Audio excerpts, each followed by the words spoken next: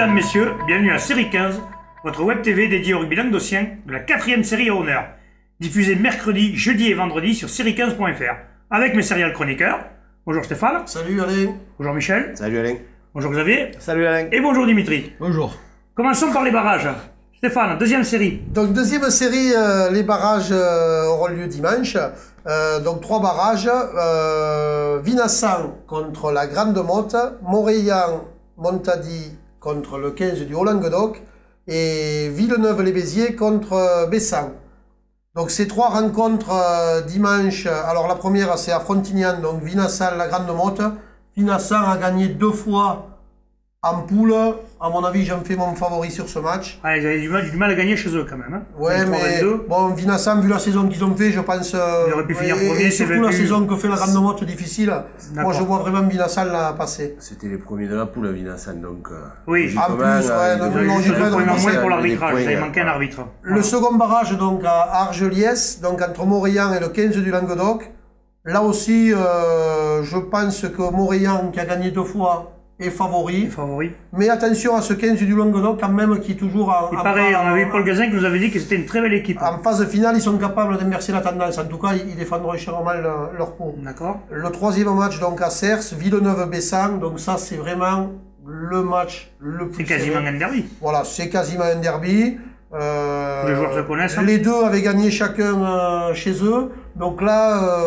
match ouvert. Ouais, match très ouvert et je me prononcerai pas. Ben si, justement, tu vas nous faire un petit pronostic. C'est quel dégoûté. C'est un petit pronostic. Allez, Stéphane, je vais faire un petit pronostic. Je vais mettre une pièce sur l'équipe de mon ami Xavier. Ah. Voilà. Une petite pièce. D'accord. Tout ça passé l'usine. Et sur les 2 autres matchs? Sur les 2 autres matchs, moi je vois Vinassan contre la Grande Motte. Vinassan gagné et Montreillan battre. D'accord. Michel? Moi, oui, c'est sûr, c'est indécis, mais bon, on va mettre une pièce pour notre ami Xavier aussi, quand même. Mais bon, moi, je me prononce. Mais je me suis prononcé. Lui, se prononce quand c'est Jacques de Védas. Et les 2 autres matchs? Après, je pense que Vinassan, qui avait fini quand même premier... devrait gagner ce match, oui. Voilà, mais en tous les cas, mérite largement de passer, quoi. Après, sur un match, tout est possible. On s'aperçoit quand même que... Sur les matchs qu'il y a eu le week-end dernier, c'est les équipes avec des gros packs qui ont réussi à faire la différence. Donc là, je pense que Vinassan va répondre au présent. Après, sur les 2 autres matchs, chaque équipe a un pack qui tient la route, donc solide. Ça va être ouvert. Voilà. Ça va être ouvert. D'accord. Vous aviez un petit pronostic? Ouais, Vinassan méritait sa place en championnat de France, donc ce serait dommage pour eux qu'ils ratent le match barrage. Ouais, je pense qu'ils passeront. La Grande Motte, ils sont pas super depuis un moment, donc Vinassan devrait passer. D'accord. Montreillan me semble favori par rapport au 15 du Languedoc, même si le 15 du Languedoc va envoyer du jeu, et ne se laissera pas faire comme ça. D'accord. Mais Montreillan avait gagné au match aller, au match retour, donc. Ok. Ouais, pourquoi tu te prononces pas? Je me prononce pas. Villeneuve favori. Dimitri, un pronostic, Dimitri. Alors moi je vais dire la Grande Motte. Parce que pour faire l'inverse, vous êtes tout seul. Vas-y. 15 du Languedoc. Voilà. Mais par contre, à Bessan, j'y reste parce qu'il y a une usine qui me plaît. D'accord, parfait. Après, c'est pas... Ben, du coup, on va passer à la première série. Alors, en première série, ce dimanche, à Marossan, l'entente Cruzy-Saint-Chinian défiera le 15 de Lioran.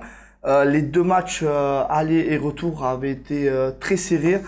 Cruzy l'avait emporté que 9-6 à Lioran. Et Cruzy-Saint-Chinian avait eu du mal à l'emporter à domicile sur le score de 13-12. Même si Cruzy-Saint-Chinian avait fini premier de poule et s'est vu retirer des points concernant les jours de suspension et le manque d'arbitre, ils vont quand même avoir un barrage très difficile. Je les donne quand même favoris, même si Lioran quelques joueurs de métier, ça va être compliqué, oui. Ils risquent quand même de regretter cette première place. Parce que là, ils se prennent un barrage qui est loin d'être facile. Quoi. Oui. Ouais. Après l'autre match à Port-la-Nouvelle, le club olympique Toche-Corbière jouera contre l'étoile sportive Saint-Andréenne. Saint-André avait fait un bon début de saison et ensuite, par de l'indiscipline, s'est vu retirer 8 points avec 630 jours de suspension, plus les deux points de l'arbitrage. Et donc, ils se retrouvent à la 6e place alors qu'ils étaient bien classés. Ils font pas rire, hein. Ils étaient bien classés. C'est l'équipe qui va les prendre, on va être moins content. Donc, c'est un derby assez ouvert entre Toch Corbière et Saint-André. Allez, Saint-André, au vu de leur saison, Saint-André. D'accord, et après le troisième match? Et à Nissan, le RC Prat de Pixenlou jouera contre Montréal Malepère 15. Un match indécis. Je pense que c'est le Bessan Villeneuve de la première série. Ça se jouera sûrement à des détails. Ça va être un match plus serré. D'accord. Bah alors un petit pronostic? Donc pour moi, Cruzy, Saint-André et Montréal. Dimitri? Pareil. Saint-André, Ouais, franchement. Cruzy et Montréal. Oui. Stéphane? Je vais dire Cruzy aussi, mais ça sera difficile. Saint-André, oui, parce que bon, ils ont fait une bonne saison quand même malgré tout. Bon, ils ont eu quelques déboires. Et le troisième match, Montréal, là, qui on voit, reste sur 4 victoires en 5 matchs. Je pense qu'il faudra compter avec eux dans ces phases finales. Et toi, Michel? Ouais, mais moi je dirais Cruzy aussi, parce qu'ils sont habitués quand même à ces phases finales. Saint-André par rapport à leur classement quand même qui était bien en place. Et après attention à cette équipe de Pixelnou quand même qui envoie du jeu. Qui envoie du jeu et ça peut surtout qu'on a un créer ils peuvent le créer, je pense. Nous allons passer à l'honneur. Michel d'ailleurs, c'est à toi. À l'honneur, voilà, promotion d'honneur. Donc en promotion d'honneur, c'est les barrages aussi. Donc on a le premier match qui se jouera à Capendu, c'est Murviel-Tézan contre Cuisa Esperaza. Donc dans les phases allées, Murviel avait emporté 23-19 à la maison et Cuisa l'avait emporté chez lui 26-19. Donc ça va être un match, je pense, assez équilibré, sachant que Cuisa en phase finale est assez redoutable. Oui, c'est une équipe de phase finale. Ouais, pour les avoir rencontrés l'année dernière, on sait qu'ils sont compliqués. Murviel est habitué aussi à ce genre de confrontation. Donc ça va être vraiment un match très équilibré et très intéressant. D'accord, second match. Ensuite, le second match à Canet, ce sera Olonzac Minervois contre Fleury-Salle Coursan. Donc là, en championnat, Olonzac avait battu Fleury 17-10 chez lui et a battu Fleury 24-19 à Fleury. Donc, petit avantage à Olonzac. On va dire un petit avantage à Olonzac qui, je pense, avec la puissance de son pack, devrait certainement faire la différence. Surtout que l'entente Fleury-Salle Coursan reste sur 3 défaites de suite. Voilà. Et puis, je pense en plus, c'est surtout le fait d'avoir ces avals-là qui vont prendre le dessus, qui risquent de faire la différence sur le match. D'accord. Et le troisième match? Et le troisième match qui se jouera à Cona, donc c'est Limoux contre Portel. Donc Limoux l'avait emporté 2 fois contre Portel. Même si à Portel, il avait gagné 16-20 juste. Là, je pencherai plus pour une équipe de Limoux qui me paraît un peu plus complète et favorite pour ce match. Ouais, surtout Limoux dans sa dynamique de 5 victoires de suite. Moi, je vois Limoux, très gros outsider en promotion d'honneur. D'accord. Bon, alors on va voir les pronostics, Michel, puisque c'est toi qui as commencé pour les pronostics. Mais je verrais bien quand même Murviel-Tézan et Olonzac et Limoux. D'accord. Se retrouver dans le dernier carré. Xavier? Le même que Michel, l'entente Murviel-Tézan, Olonzac et Limoux, c'est mes pronostics. Dimitri? Ouais, pareil. Hein. Ben, je vois que là, je vais rester sur la même ligne. Personne ne s'est mouillé ce coup-ci. Non, mais bon, je pense qu'il y a de l'écart là sur les trois. On sent quand même qu'il y a quelque chose. Pour une fois qu'on est d'accord. Voilà. La dernière poule, les derniers barrages, l'honneur. Donc honneur, 3 barrages pareils. Donc à Puy-Serguier, l'entente Servien-Bougeant sera opposée à Bédarieux.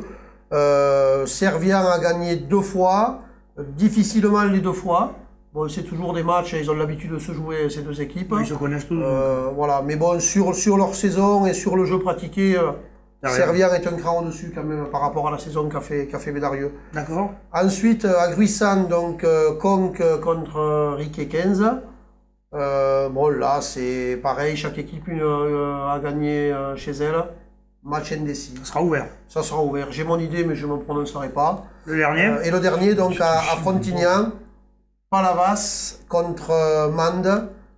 Donc là, Palavas a gagné 2 fois. À noter leur victoire récente à Mende, la 22-9. C'est compliqué d'aller gagner à Mende. Voilà, ils l'ont fait. Celle-là peut compter pour la suite. D'accord. Voilà, donc moi, sur les pronostics, donc je verrais bien Servien-Bougeant.